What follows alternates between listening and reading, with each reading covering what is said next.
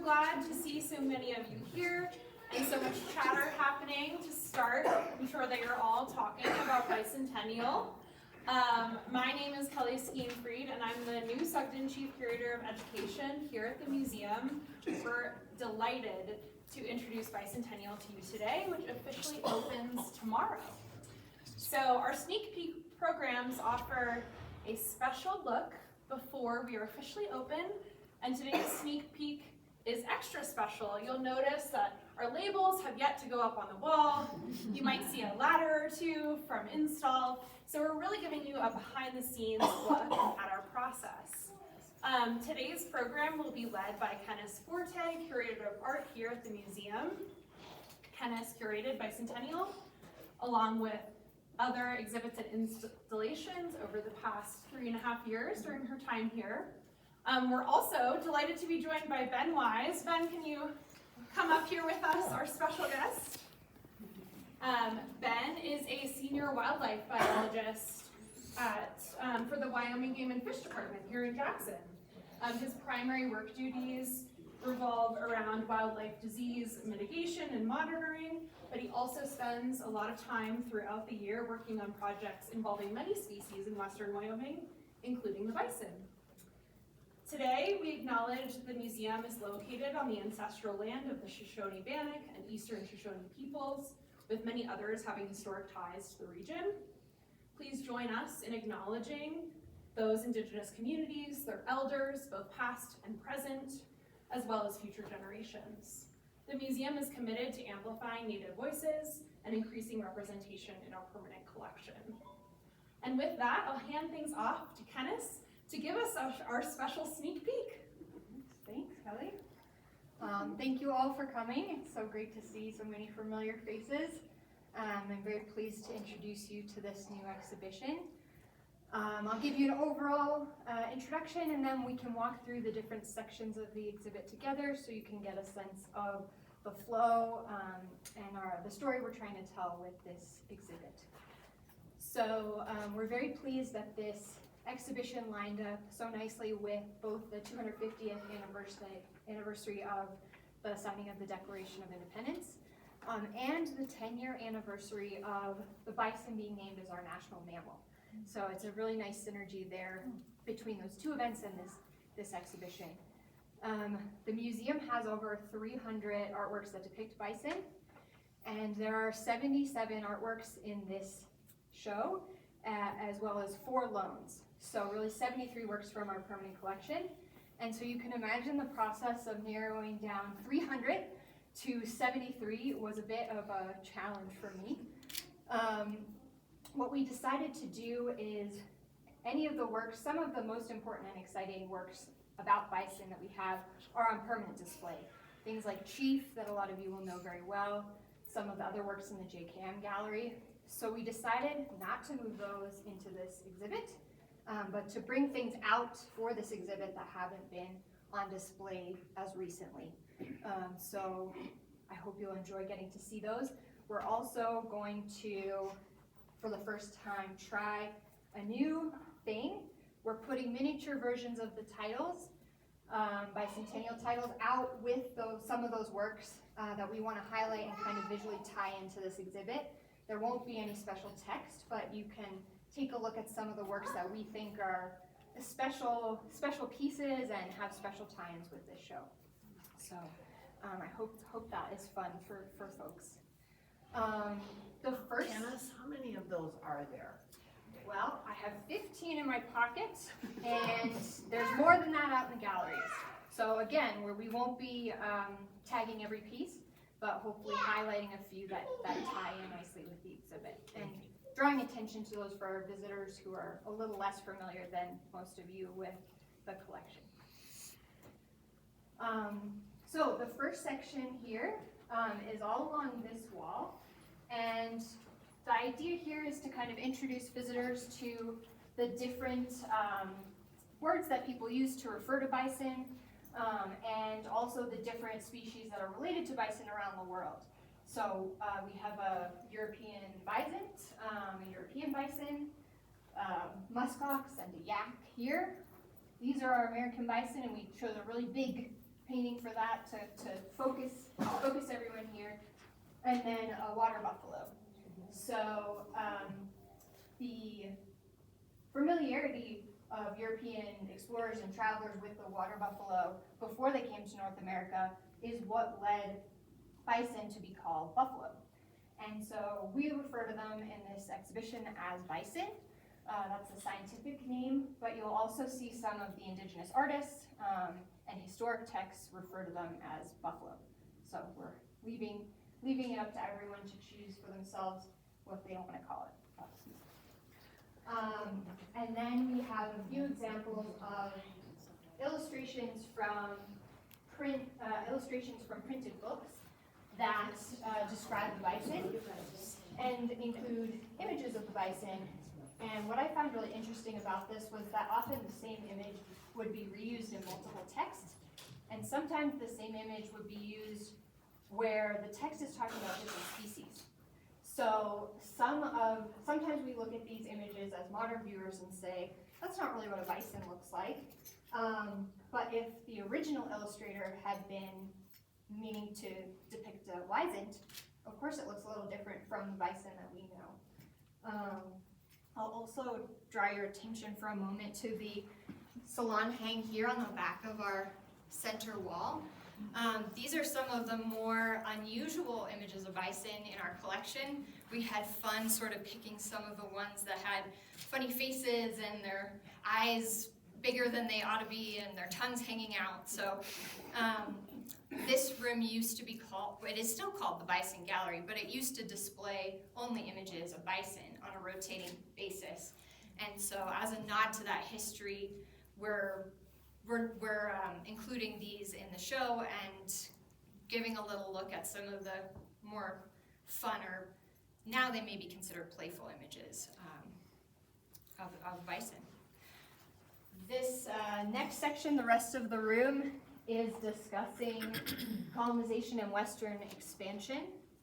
We have a lot of works here by European-born artists who came to North America to travel and see the, to them, very exotic landscapes and animals of the American West and the Canadian West.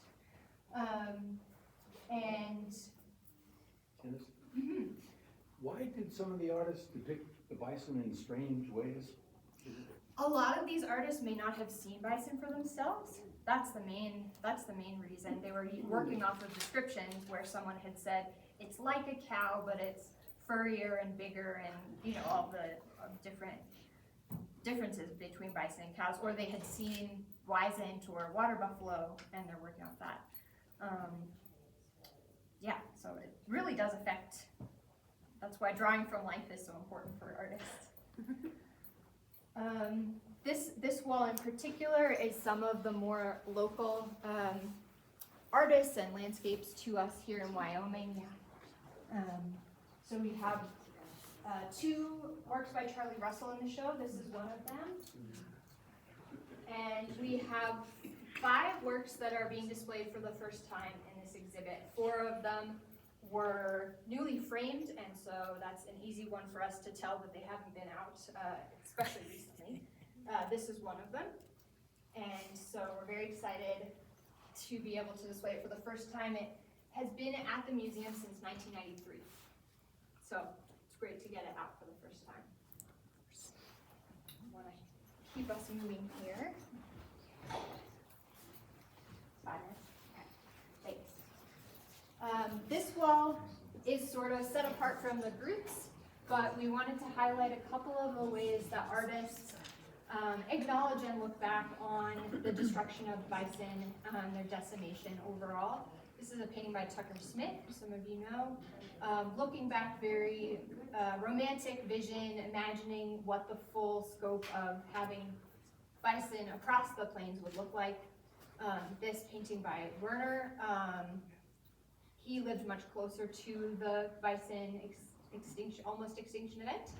And so he's taking a much more somber and catastrophic view of their decimation. This wall here is looking at images of the relationship between bison and Native American communities and cultures. All of these works are by white artists, and as far back as Catlin and throughout our history, there's been a real acknowledgement of how important bison are to Indigenous peoples. And so we're seeing various ways in which white artists have depicted the relationship between bison and Indigenous peoples. Kenneth, would these artists have actually seen them? That depends. That's a great question, though. A lot of these artists traveled west and encountered Indigenous peoples. A lot of them also, in their time, really viewed themselves as advocates for Indigenous peoples and culture. Catlin talked a lot about how we need to protect people and Indigenous peoples and that their rights had been stripped away from them. A lot of these artists also espouse views that would not be very popular or acceptable today in terms of what it means to, in terms of the place of Indigenous peoples in the world. But in their own time, they viewed themselves as being very strong proponents of protecting Indigenous peoples and culture. This section here looks closely at the extermination of the bison and the process by which they were overhunted, over-harvested.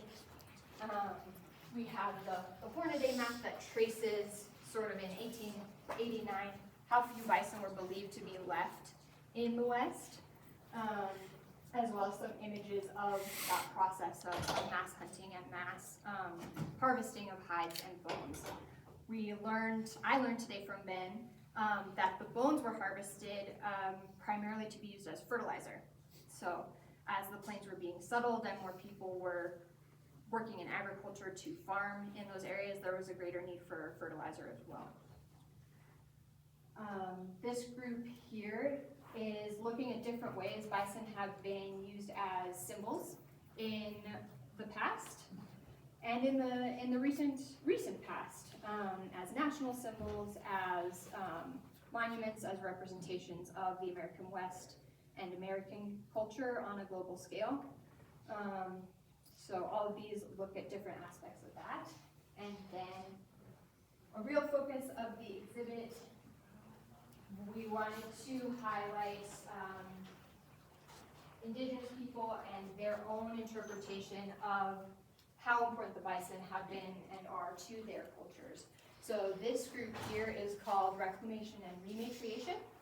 All of the works here are by Indigenous artists, Native American, First Nations, and this is where we have our 4 loans for the show. We have this beautiful piece by Kemp Monkman,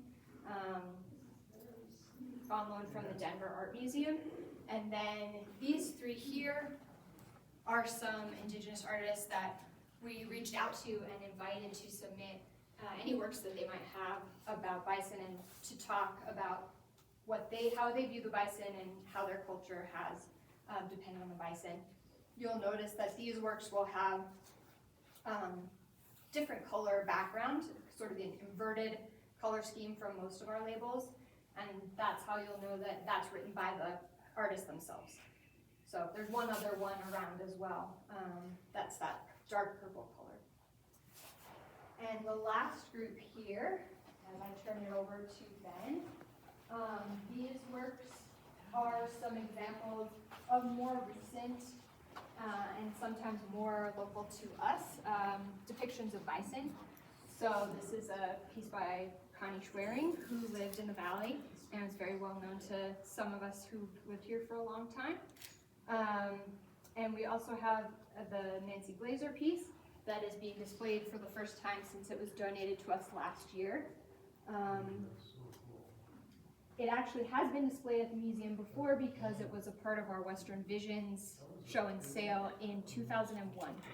So the family that purchased it then loved it, had it for 25 years, and then decided to donate it back to us last year. So we're very excited to have it and hope that you enjoy this show. Ben, would you like to take it from here? Of course. Thank you guys for having me. This This is a rare treat. I don't usually get to talk with such a devout and excited group of people about wildlife topics. Usually I'm talking to hunters or fishermen or outfitters or whatever. They already know everything, so I'm not telling them anything. Where you guys, you're just a sponge of knowledge. You just want to know, and I hope to convey at least some of that to you today. So kind of walking into this and looking at when I was first asked about this kind of short presentation, it took me a long time to kind of figure out which way to go with this. Then I backed up and I looked at what this display is called. You know, it's colonization to rematriation, and it perfectly fits with the Jackson bison herd. We have our own bison herd just to the east and north of us right here. The majority of people think that bison were all just Great Plains animals. They were in these vast grasslands, but we have extensive archaeological data that shows that these bison were also using high mountain passes, high elevation, kind of alpine zones, wintering in very, very severe winter conditions, such as in the valley here. I think it's very fitting, trying to think of like how to approach this. What came to mind was, you know, the reason we have bison here was conservation, pure happenstance, and the fact that they did not want to be fenced in. That's why we have bison in Jackson in the valley. Bison were extirpated from the Jackson area, completely removed in the 1840s. For 108 years, there were no bison in the Jackson Valley. In 1948, as part of the Jackson Wildlife Park created by the Rockefellers, kind of up by Oxbow Bend, they went and were able to procure some bison from Yellowstone, bring them down, turn them loose in this 1,500-acre wildlife park. And bison did what bison did, and they escaped. And they continued to escape. That first population of bison went through some trials. What ended up eventually happening is they contracted brucellosis, which is a bacterial disease, and the animals that tested positive were removed from the population. They bolstered that population again with bison out of Theodore Roosevelt National Park in North Dakota. They were brought in early 60s. They continue to escape, they continue to be pushed back in, continue to escape, continue to be pushed back in, until 1969 was the final time they escaped. The park was kind of in its current structure as it is now. The decision was made that we're not going to push them back into the wildlife park, we're going to let them free roam. They persisted on the landscape, they slowly gained in population until the early to mid 1970s, when during a hard winter, they migrated further south in the valley and ended up on the National Elk Refuge. Once that population found supplemental feed, bison survive if they've got plenty to eat. That's what kills bison is winter severity. At that point, we didn't have wolves in the valley, we didn't have bears in the valley. There were no natural predators, so it was all tied to winter severity. Because of that supplemental feed they found, their population numbers quickly grew. So they went from a population of about 60 animals when they discovered feed on the refuge to, by the late 1990s, had grown to about 1,000 animals in the population. At that point, through some work with the Wyoming Game and Fish Department, the National Elk Refuge, and the Grand Teton National Park, we're going through a large bison elk management planning process. What came out of that was a goal of a population objective, or what we were trying to manage for, of 500 bison in the population. At that point, we were at 1,000 and gaining. The only way that we were able to reduce that population was through hunter harvest. So we were able to bring that through regulated harvest, we were able to bring that population back down to 500. Right now we're sitting at about 600 animals, which is a good place. It's still within objective. Bison are doing well. I kind of miss the days of 1,000 bison. I was just having a conversation earlier talking about all the bison that used to be on Elk Ranch, or on the Antelope Flats, Grovont Junction area. They were just a casualty of lower population numbers. That was a subset of that population that kind of was removed because of their availability for hunters on the refuge. But for the most part, now all the bison that we have are making an annual migration from Elk Ranch Reservoir, Elk Ranch Flats area to Southern Grand Teton, the National Elk Refuge. They predominantly winter on the National Elk Refuge on most winters and then migrate back. We've seen this really interesting situation that's been kind of forming over the last probably 10 years, where we have a larger proportion of those bison that are actually wintering up north, and these incredibly severe winters, they're still wintering out. They seem to survive. You guys remember back in 22, 23, we had a pretty severe winter in the valley. They kept shutting down the highway north to Moose. The bison were getting onto the highway. They were closing the highway. They actually plowed the road open around Antelope Flats to get into the refuge, just to get them off the highway and protect them. But yeah, it's a really, really, really interesting kind of history of this population, because they were, except for somebody's willingness to have these animals on display and just pure happenstance, we would have no bison in the valley. We have very, very little immigration coming out of Yellowstone into this population. It's kind of a closed population of animals. Because of that, I don't know if we would have ever had bison persist in the valley without that kind of just random quest to have bison in a zoological park that then escaped multiple times. I think it's just fascinating to think of, bison wintering here, bison living in the valley. If you look back through archaeological records, we don't see a lot of elk in those archaeological records when we're doing archaeological studies or doing digs at campsites. A lot of what we find are bighorn sheep and bison bones. Elk didn't really spend a lot of time in the Jackson Valley in large numbers. They would spend time in the mountains. They would move through the valley, but they were going to places that were easier to winter. I've often thought of Jackson Valley being kind of a last bastion of where bison could make it, because they were kind of protected from harvest and overhunting, and because of the structure that they were brought into, the conservation lands they were brought into, the land ownership and management they were brought into. I mean, I could talk about this for hours. I could go in all sorts of different directions. Sometimes it's easier for me to just ask.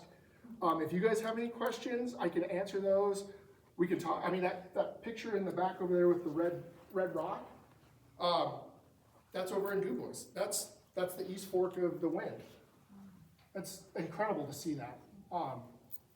We have scientists and researchers that are doing archaeological excavations there, learning more about, that may have been one of the first pastoral systems ever created in North America, was what was going on in that upper Wind River Basin, where the tribes would winter there. Super, super light, easy winters. It's windy, it gets cold, but they don't get the wind, they don't get the snow. And they would more or less just camp at the bottoms of those big basins, and the bison would stay at the top. And as they ran out of food, they would work as a party to select out certain subsets of that population, drive them off of jumps, or harvest them, bring them back. So they more or less were pasturing bison on these big open mountain faces and living that way. It's incredible to think of that.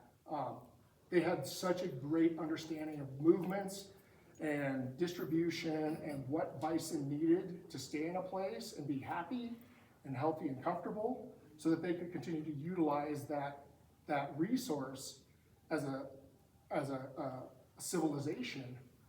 And then follow them up into the high grovants and the high winds, and the bison jumps at 11,000 feet on the Goat Flats and Ross Plateau, or the Ross Flats above the Whiskey Unit. So it's incredible what we've found and where these bison go and how they get there, and we could still find remnants of these old populations of bison in the Grovant, and I've heard of people finding bison skulls down in Granite Creek. I mean, they were everywhere. They could go everywhere. Bison may never have seen the same blade of grass twice because they were just so migratory, and they were so they just moved all over the landscape. I feel like now I'm just talking. Does anybody have any questions? I'd love to answer. Go ahead. So when you talk about the Jackson Hole bison herd, Yes. is that like when we drive towards Moran and you go past Triangle X and you see that big field? Is Yep. that a herd? That's them.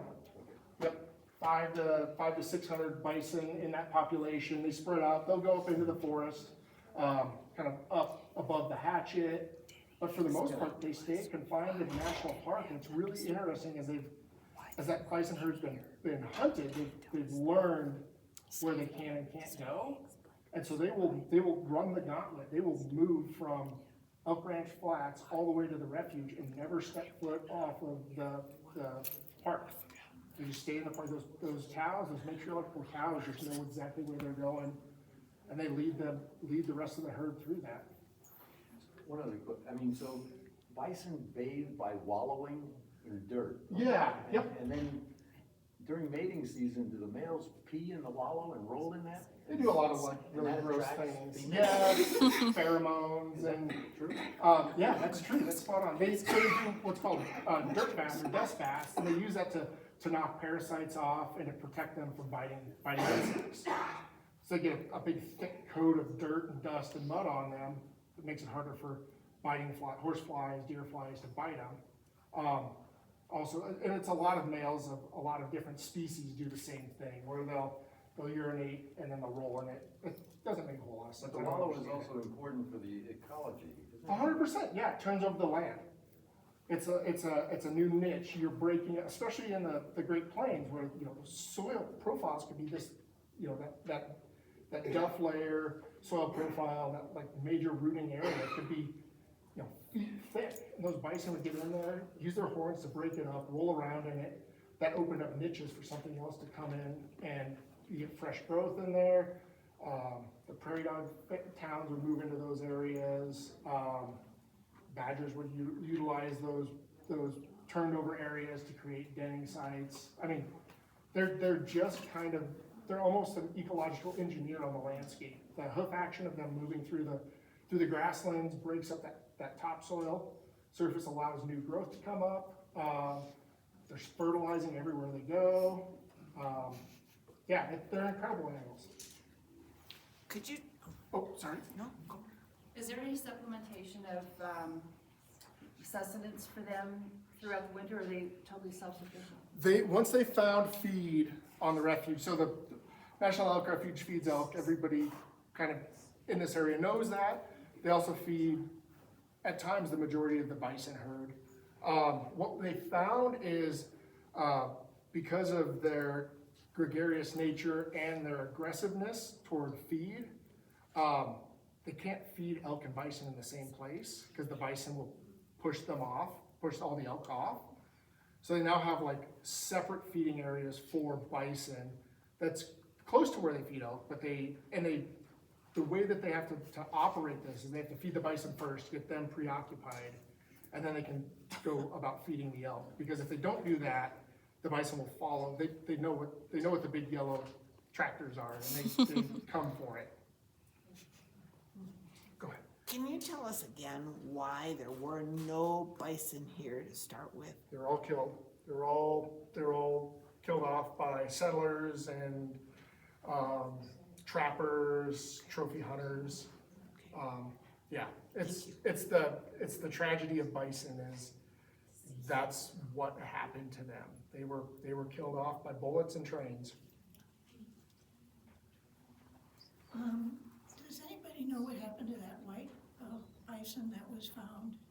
Oh, the one in Yellowstone? Yes. They saw it twice and never saw it again. Oh, okay. I hope it went to like the upper Lamar and nobody will see it for another 15, 20 years. That'd be amazing. I'm afraid that's probably not what happened in that predator-rich environment. They have a full suite of predators. The reason bison calves or the color bison calves are is so they blend in. And if you're Okay. bright white, you don't blend in very well.